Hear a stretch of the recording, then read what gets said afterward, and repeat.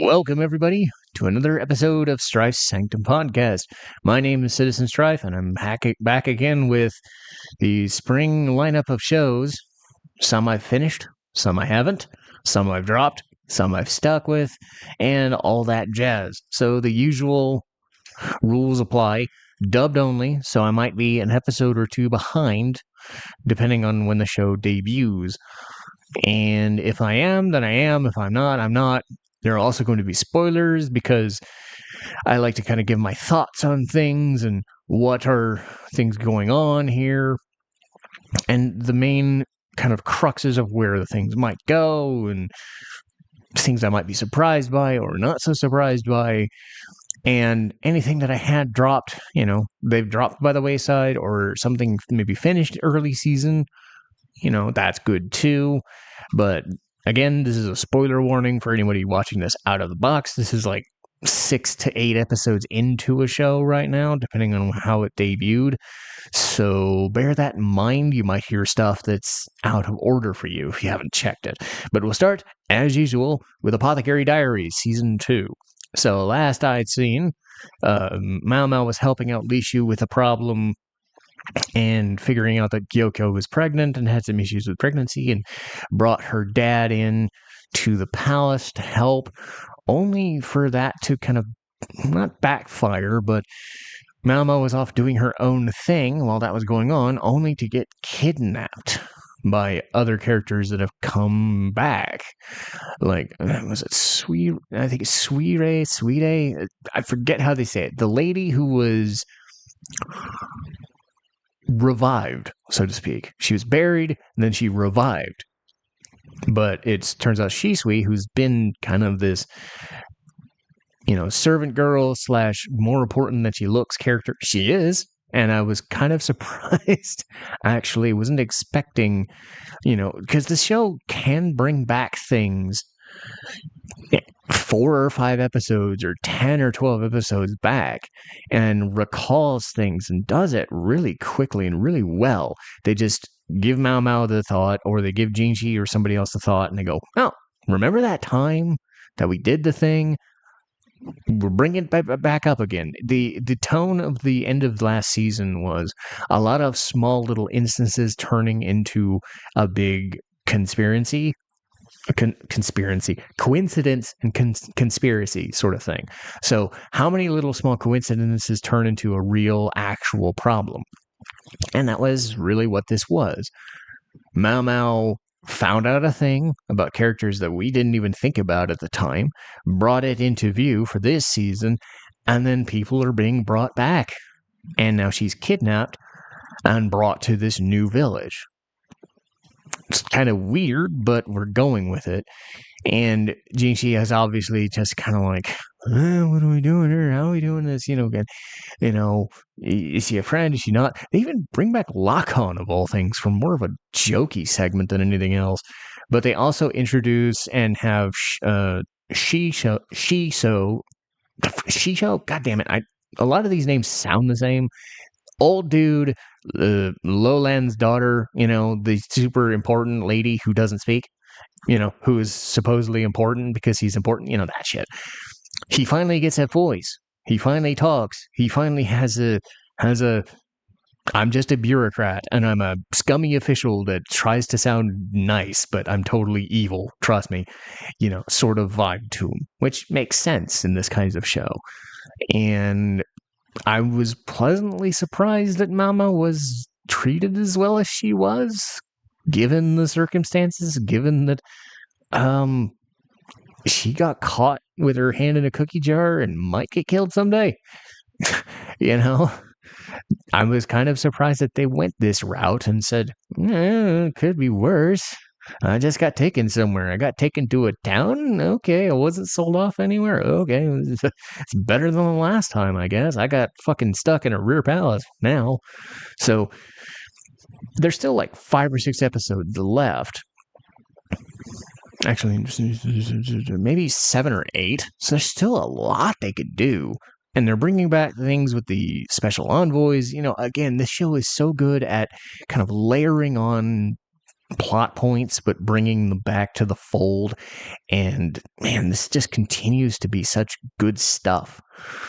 Speaking of good stuff, we have Black Butler Emerald Witch arc. So at last time, it was figuring out that Sebastian and Ciel got cursed by this werewolf who made their faces look bleh. Like, it's fucking ugly. Their faces get pustuled and they, get like, I don't know what kind of fucking disease it looks like, but yeah, just pus all over their body, bad splotches over their faces, bloody noses, icky shit. So Sieglin helps them, but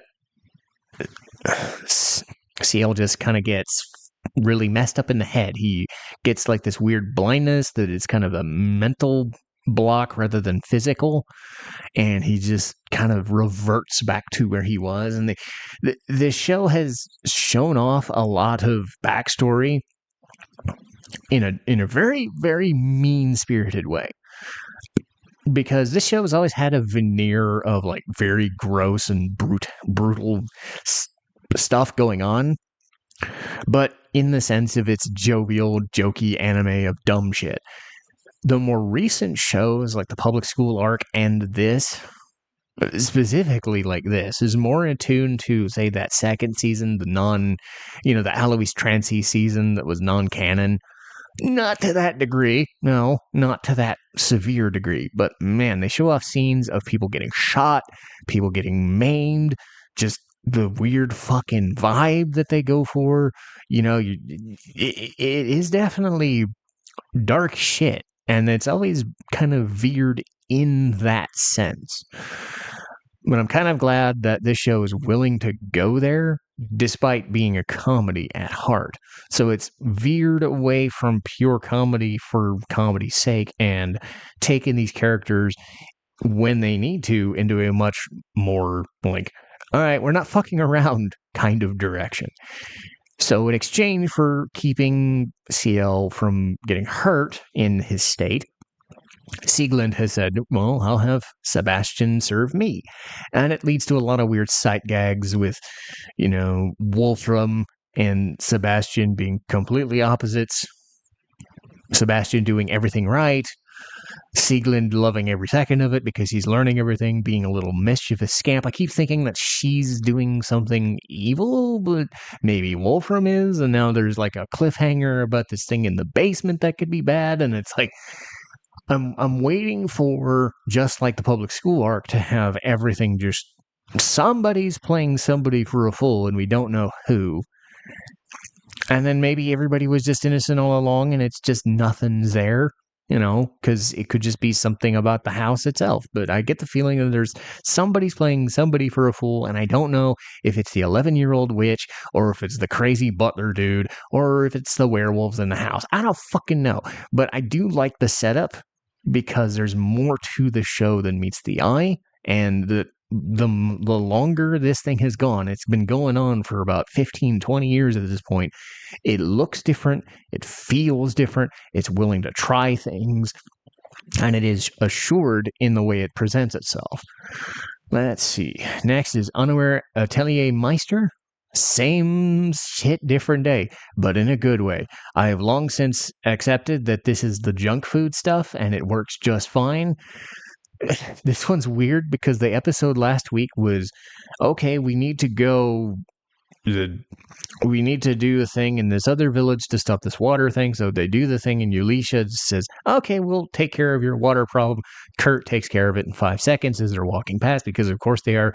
And then he basically gets like this chest of, this basket of eggs and whatnot. I mean, it's like they're going to have it for breakfast or lunch or something. They're going to cook it. And, some side story about, okay, we want you to set up shop in this area, and we want you to be a viceroy or whatever. And they're like, no, whatever. So kind of weird political bullshit that doesn't really matter much. And then I was laughing because I was reminded of The Devil Was a Part-Timer, and how, for lack of whatever reason, for some reason, near the end of last season, they just, here's a kid now. She's your kid. She's totally not your kid, but she's your kid. they pull that in episode 6 or 7 of this show. It was like, it wasn't enough that you have a receptionist lady, a magic person who's also an intelligence agent. You have this other intelligence agent person who's looking out for Kurt. You have this former party member. You have this knight who's a royalty. You have this princess. Like, it's a fucking harem. And, other groups are spluntering on, but it's a harem show. So why the fuck not? We're not taking any of this seriously because it's dumb and it's dumb fun. So why not just have a kid pop out of an egg? So she's a 2-year-old who pops out of an egg and calls people mom. It's like, why the fuck not?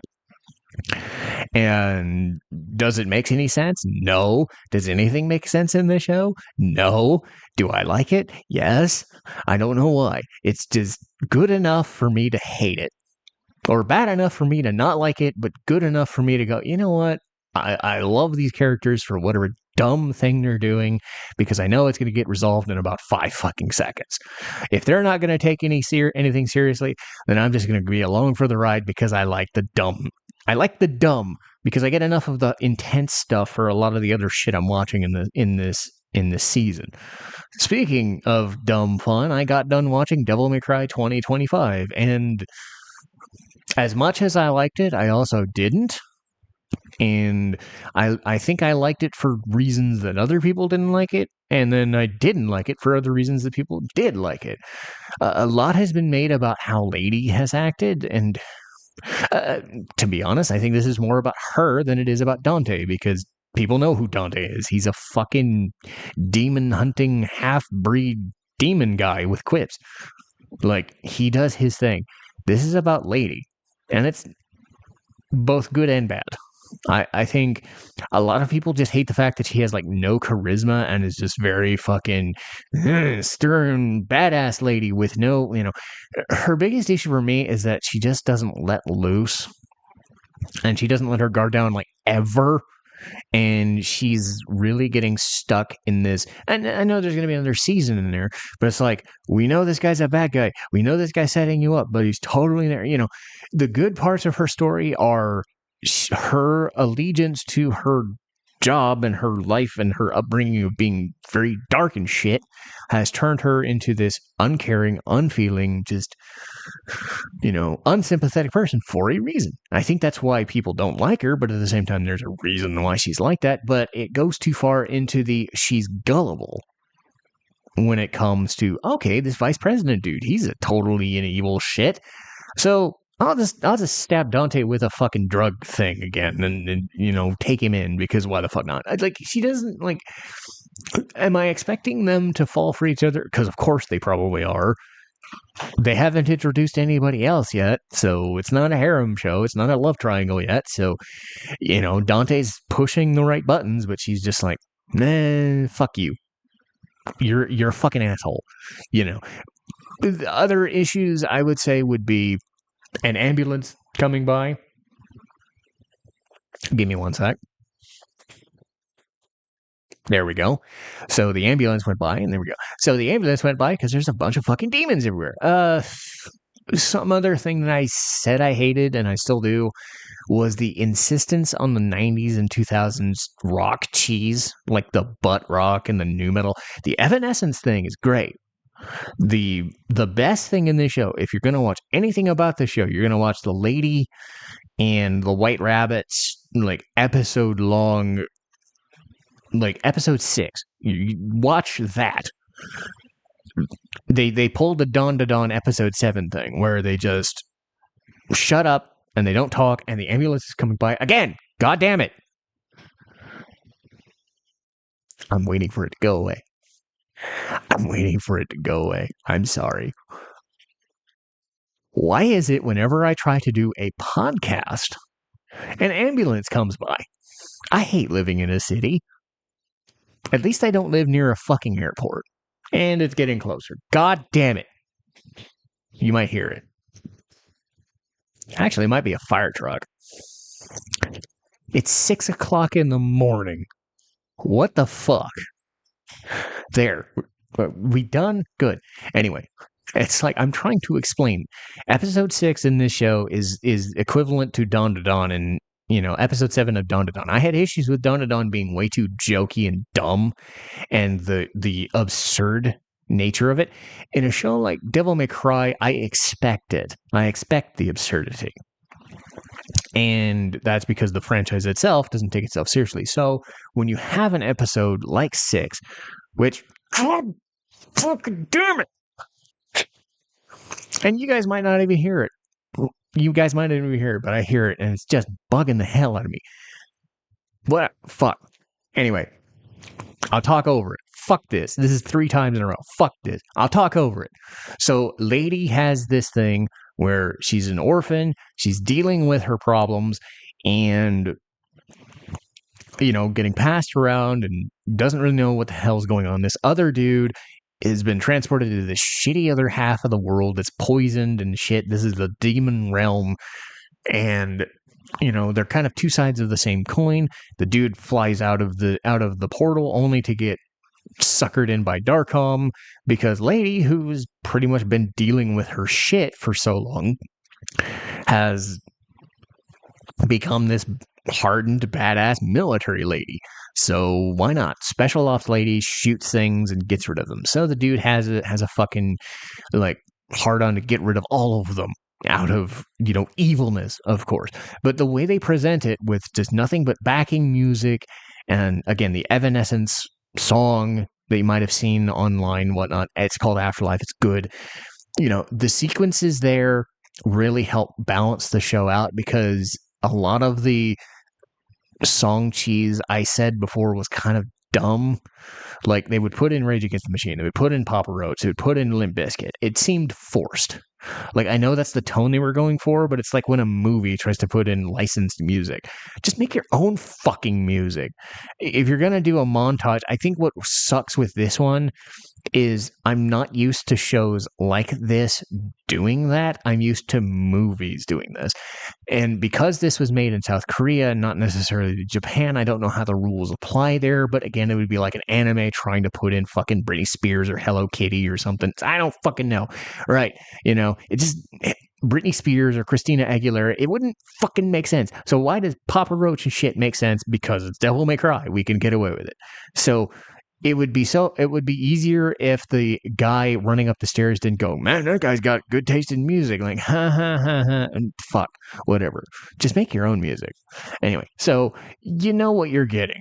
Is it high art? No. Could Lady or Darkholm or whatever, because Darkholm don't mean shit. It's a reason for Lady to be on screen so that you listen to her because it's her show. Dante's kind of there with his dork friend Enzo, kind of shooting dudes, because that's what Dante does. That's what you get. A lot of goofy fight scenes, a lot of Dante being Dante, and a lot of Lady dealing with existential bullshit, which they frame pretty well. It's not the worst thing I've ever seen, but at the same time, it's about as fun as listening to 3 fucking ambulances walking past my fucking window. They're driving past my window. Anyway, I'm done with that. Thank God. So we're moving on to the beginning after the end. Again, not amazing, but kind of in the same vein of Atelier Meister, with more seriousness. This one is about the dude who gets reborn as a baby, and I said this would either be good or it would suck, and I think it's in that it's good enough.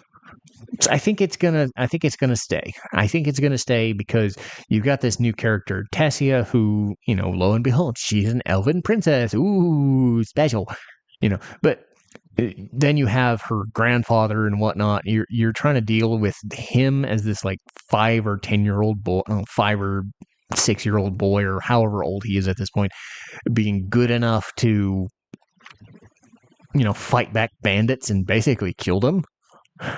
How do these elven people think? Because they're building this, elves and dwarves and humans all kind of hate each other, and it's despondent and bullshit. And why are you with this elf girl? Why are you with this princess? Well, I didn't fucking know she was a princess. I just stabbed people.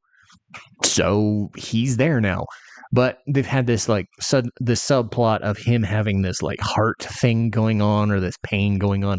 So the elf dude, the grandfather's like, I know what's going on. I'm your plot lore dump. I'm going to tell you what's going on. So that was the cliffhanger of the show. I don't know if I really enjoy the fact that this 5 or 10-year-old dude can kill off bandits and manage to outwit people. Like, how powerful he is, I get it. There are shows that are doing this par for the course all the time, but I do kind of wish he would struggle more, because he fights off this dude who was the leader of the Elven Nation and is apparently this martial arts dude with a lot of fucking experience. And I'm thinking, like, no matter how good you are, you can't be that good, you know? So they justify it as about as well as they can, but there's still that weird disconnect. It reminds me of whenever, like, Realm or Echo from the Final Fantasy games are like the strongest magic users in the game because they're descendants of the whatevers, and I'm like, fuck you, you're 10 or you're 6. You're not supposed to be as good as a 20-year-old soldier. I'm sorry, your stats are bullshit. It was a mental disconnect. I know this is an anime. I should, not quibble about power levels and shit. I'm not doing that. But even if this guy was isekai'd as this super powered mana god king guy in this other form, he's still a 5-year-old. He should still struggle like a 5 or 10-year-old.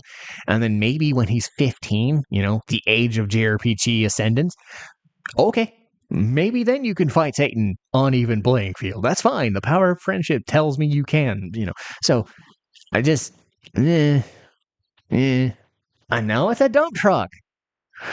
I love it. This is an anime review / public safety PSA show about the rigors of heavy fucking machinery. I don't fucking know.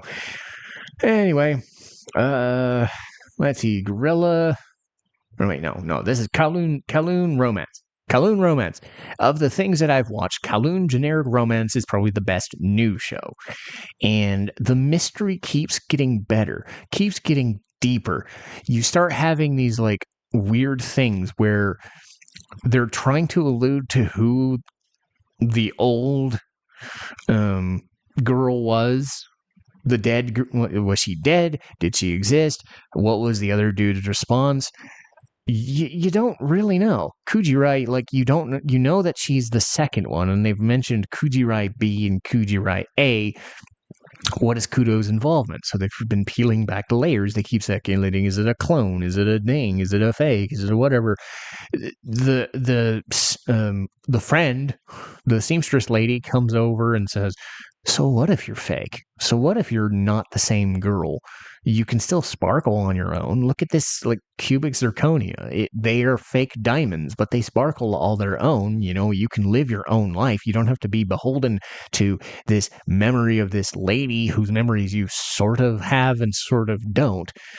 Because they're trying to frame it as she's a twin, or she's a clone, or she's a dead, like, she's dead person reincarnated. Like, they're doing enough of they're giving you some of the options so that they don't know, like, you don't know which one they're gonna land on. You don't know where, like, what is the actual truth? What is all of their involvements? Because now you're starting to hear the idea of, like, you're the second one.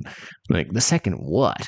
Like, these were real people, or the show is framing itself as a second version of something from before. There's a tone where they love to use the word nostalgia. There's a nostalgia for things, but what is the reality of it? Is this like some simulation? Is this some second world that got replaced? But why did people die? When did it happen? Was it 2 or 3 years ago? The only thing we really know is that people people who are versions of the characters that exist now also existed. But were they killed? Were they in some sort of accident that had to be reframed? Did people lose their memories, like in Big O? Was it? They're doing enough to keep the mystery afloat while giving you, like, plausible explanations. This is still, at heart, it's a romance show. Because you think about these two people trying to be together, but you can tell that the push-pull of, you're not the person I remember, and there's another reason on top of it why I don't like you. Well, it's because I could have killed the other you or something like that. It's crazy, because it's not doing anything that's out of the ordinary, and yet it feels different. It's taking on a lot of the tropes, but it's facing them head on and saying, we could take you this direction, but we're not. We're not. We're going to play it smart, and we're just going to have you like these characters first, and we're going to keep kind of playing back these moments and peeling back these layers of this different person loved you because of this. And we had a relationship, and now you, who have the same, the same look, the same features, the same job, the only subtle difference is their face and personality. Like, it sounds like either the voice actress is the same, but she's doing a lower pitch, and then now in her new form, she's a higher pitched voice, or it's a different lady altogether, but they look the exact same. It's crazy. That's like the only signifiers, tone of voice, like sound of voice and mentality that kind of tells you that they're different people. Because for all we're knowing, Kudo is the same guy, apparently. But we know that Kujirai has two different people. But that's the benefit of this show, is they're keeping everything kind of, slowly building to some sort of crescendo that's, it's still a romance show at heart, but it's giving you so many cool things to think about. And like, does it matter if you're a fake? If you have an attachment to something, you yourself is attached to it, and you're living your life, so you shouldn't be beholden to this person that doesn't exist anymore.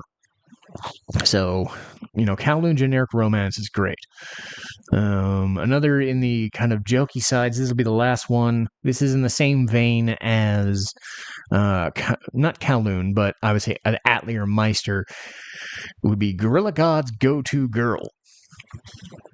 And I said before, this show kind of exists as a thought experiment of how do we make all these sight gags work with these blessings? What they're doing a lot of, which I do find frustrating, is they're very, very, very harping on the school aspect and the bullying aspect, and it's starting to wear thin. Like, the fact that the main girl is getting bullied by this character and it just never fucking stops, despite all, evidence to the contrary saying it should have been done by now. They either should have been scared off, or the main dude could have said, no, we're not doing this. Just stop dealing with her. Stop doing, I get that that's part of the, hey, it's a school life. It's you have to have bully. No, you could do other things. You could focus on the night things. You could focus on the story of the thing. But, I just think they're trying to give you the school life stuff, the school life dorky drama shit, and the bigger overarching romance stuff a lot. Again, some of these shows are not high art. You just kind of work with what you got. And not every show can be Kowloon generic romance where everything just feels like very mature and, a lot of drama. This has to be kind of jokey and dumb. And, you get shows like Atelier Meister in this. So I do still like that they're sticking with the blessings idea. Like, these characters can do certain things because of their blessings, and they have either superhuman reflexes, or they're good at doing this sort of stuff in training, or they're good at this thing. Somebody's good at running, somebody's good at shooting, somebody's good at flying, somebody's, that thing is what I'm wanting the show to lean more into, and I'm hoping they'll do less of the bullying and the school drama bullshit, and more of the, I have this blessing, I can do this thing. That's what really would set the show more apart. And I'm hoping that later episodes lean less on these three fucking assholes are constantly bugging me because I'm supposedly this not important person. It's not perfect, but it is what it is. That being said, that'll do for today. And I apologize for, if my microphone doesn't sound great, or if I'm complaining too much about my stupid life situation of like 3 or 4 different cars or ambulances or fire trucks coming by and distracting me. But I did it. I got it done. I'm happy. So let's see what the schedule says. So next week, we've got Mega Man X4 and Castlevania Seasons 1 through 4 in the start of June. Legend of Zelda Link Between Worlds. Going into July, we have Violet Evergarden, speaking of shows I really, really enjoy. And July 19th is Bravely Second. And I just decided and August 2nd will be one of those more like deep dive shows, not really a show specific one or a game specific one. It'll be When in Doubt, School Arc. Because I've seen it with Black Butler, I've seen it with Ancient Magus Bride, and I'm sure there's a lot of other shows where they start in shows or they start in school, and that's not what I'm talking about. I'm talking about shows that developed an identity, but then they spend like half a season or a story arc or an entire season in a school to change things up. And sometimes that leads to good results, sometimes that doesn't. But I'm curious to see if I can deep dive into it, because I already know that, again, I'm going to be talking about Magus Bride and Black Butler specifically, but stuff like Demon Lord 2099, which spent like half of its season in school as part of a story arc thing. Whether that's good or bad, I don't know. But I'm sure there's other instances of it. Suikoden 2? Yeah, I think Suikoden 2 does the same thing. It's not based in school, but a couple of characters, get introduced in a school setting for whatever reason or not. So there are instances of that sort of thing where you're building into a whatever, and then you're going to a school as part of a story. So I thought that was a specific thing that I could talk about and dive into. So that'll be in August, so I've got some time for that. But that'll do for this episode, and I'll see you guys next time. Citizen Strife, signing off.